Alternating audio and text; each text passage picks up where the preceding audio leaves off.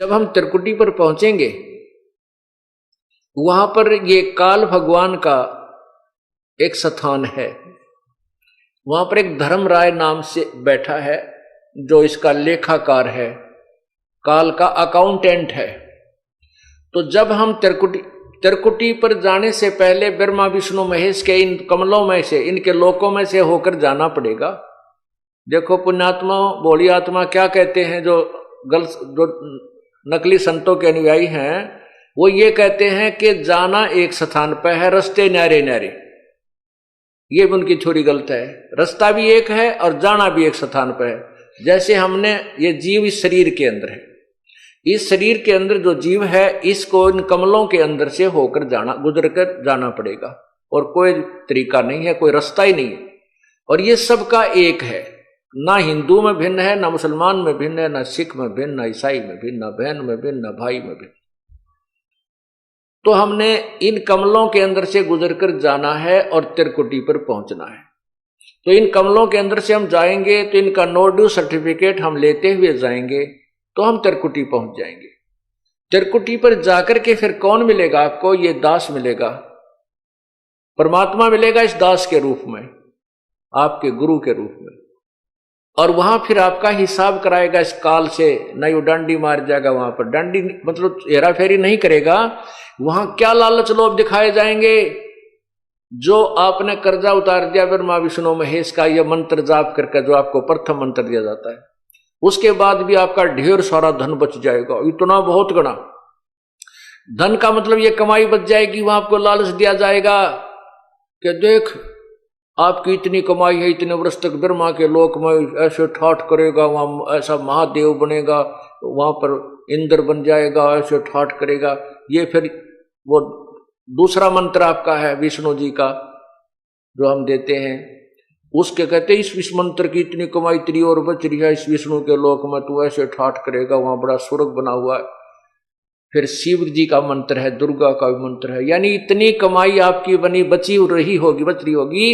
और वहां पर फिर आपको ट्रेलर दिखाए जाएंगे, जैसे ग्राहक होते हैं ना फंसाने के लिए, नारे नारे अपने दिखाते हैं वो बिजनेसमैन दुकानदार, तो वो ट्रेलर दिखाए जाते हैं। देख उस लोक में कैसे नाच गाने हो रहे हैं, ऐसे ऐसे तेरा जो ऐसा रेस्ट हाउस है, ऐसा कमरा मिलेगा तुझे, वहां पर इतने डांस होंगे, ऐसे होंगे, ये ठाठ हो। तो ये मन तो वहां भी साथ ही होगा, मन तो वही है।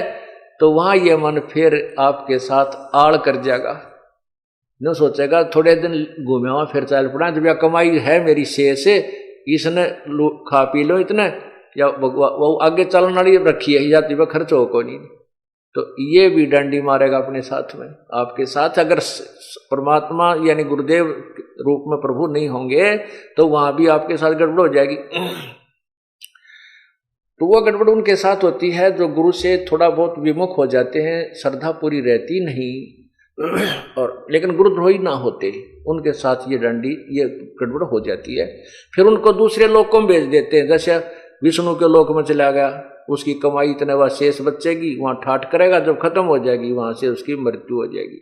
फिर ब्रह्मा लोक में जाएगा, फिर विष्णु के लोक में, फिर गणेश जी के लोक में। वहां जब उसके सारी पूंजी जड़ लेगी, जब उसका जेब कट लेगी, फिर उसने गधे की जूनी में ठोक देगा।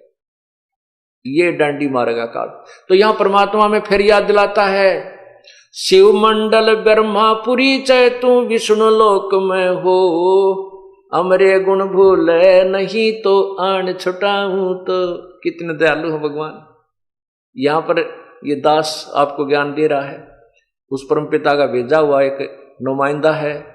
और आप यहां गुरु को परमात्मा, यहां जैसे भगवान आए थे जब भी ये ज्ञान दिया करते थे, ये दास को भेज दिया अपने को, ये भी वही ज्ञान दे रहे। और ये आज आपने रिहर्सल करनी है, मान लो गुरुजी भगवान, जैसे गुरुजी भगवान नहीं आपको लगते हैं, लेकिन आपने मानना पड़ेगा। जैसे गणित के सवाल को हल करने के लिए मानना पड़ता है, मान लो मूलधन 100 रुपये, वो 100 रुपये मूलधन मानने बिना वो वास्तविक मूलधन प्राप्त नहीं हो सकता। तो गुरुदेव को आपको भगवान स्वरूप मान करके उसके अनुसार उसके साथ अपनी क्रिया करते हुए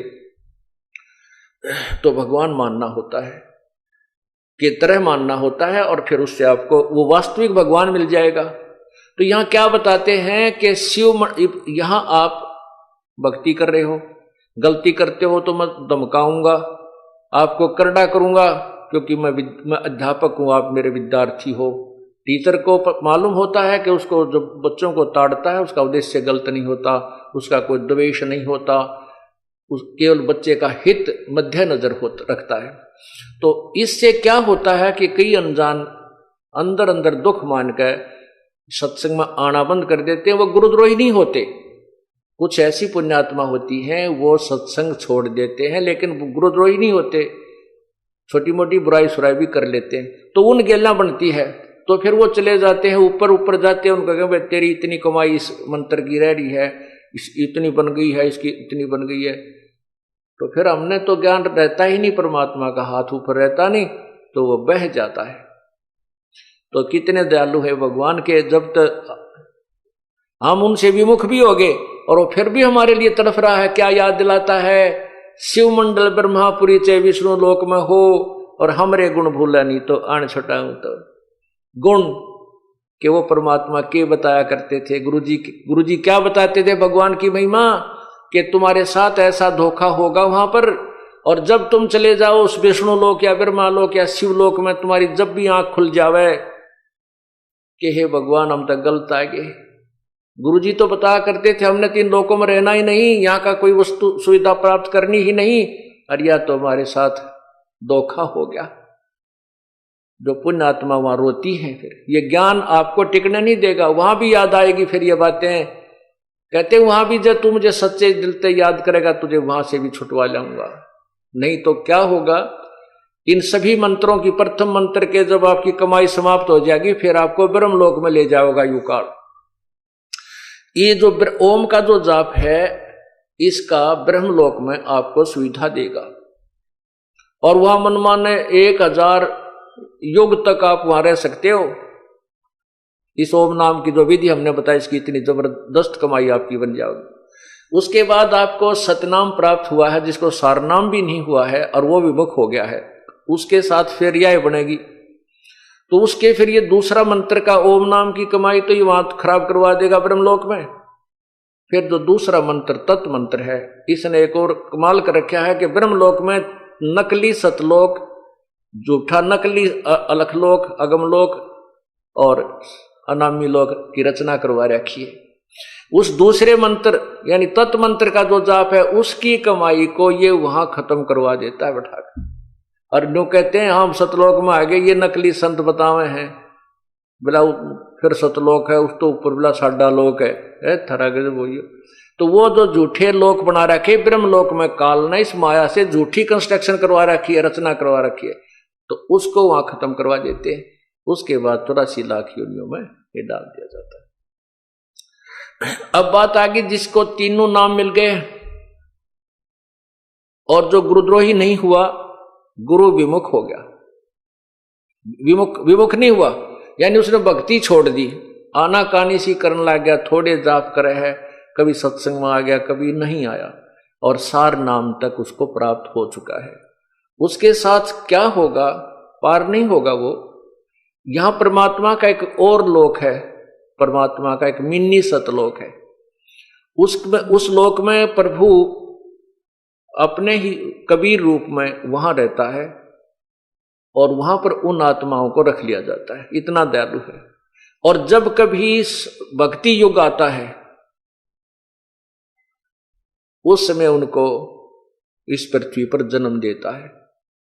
यानी पहले कभी किसी युग में आपको प्राप्त हुआ होगा, तो उनमें से कुछ पुण्यात्माएं आकर के परमात्मा ने 600 वर्ष पहले फिर उनको जमीन पर पटका, आकर के अपना पूरा उनको ज्ञान दिया, उनकी भक्ति बनवाई और फिर दोबारा मनुष्य शरीर में प्रारंभ कर दिया। तो वही व्यक्ति अब जन्म पाते पाते अब यहां आ चुके हैं, इस अब भक्ति काल आ गया है। तो ये भक्ति काल में आए हुए जो प्राणी हैं, जो सतलोक में यानी यहाँ परमात्मा के सतगुरु के लोक में से जो तुरंत यहाँ जन्म मिला है, उनको फिर मनुष्य जन्म मिलता हुआ आ रहा है। जैसे वो 64 लाख परमात्मा के शिष्य हुए थे आज से 600 साल पहले, 550 वर्ष पूर्व। तो उनको उस समय परमात्मा ने एक परीक्षा ली थी, वो सब रिजेक्ट हो गए थे।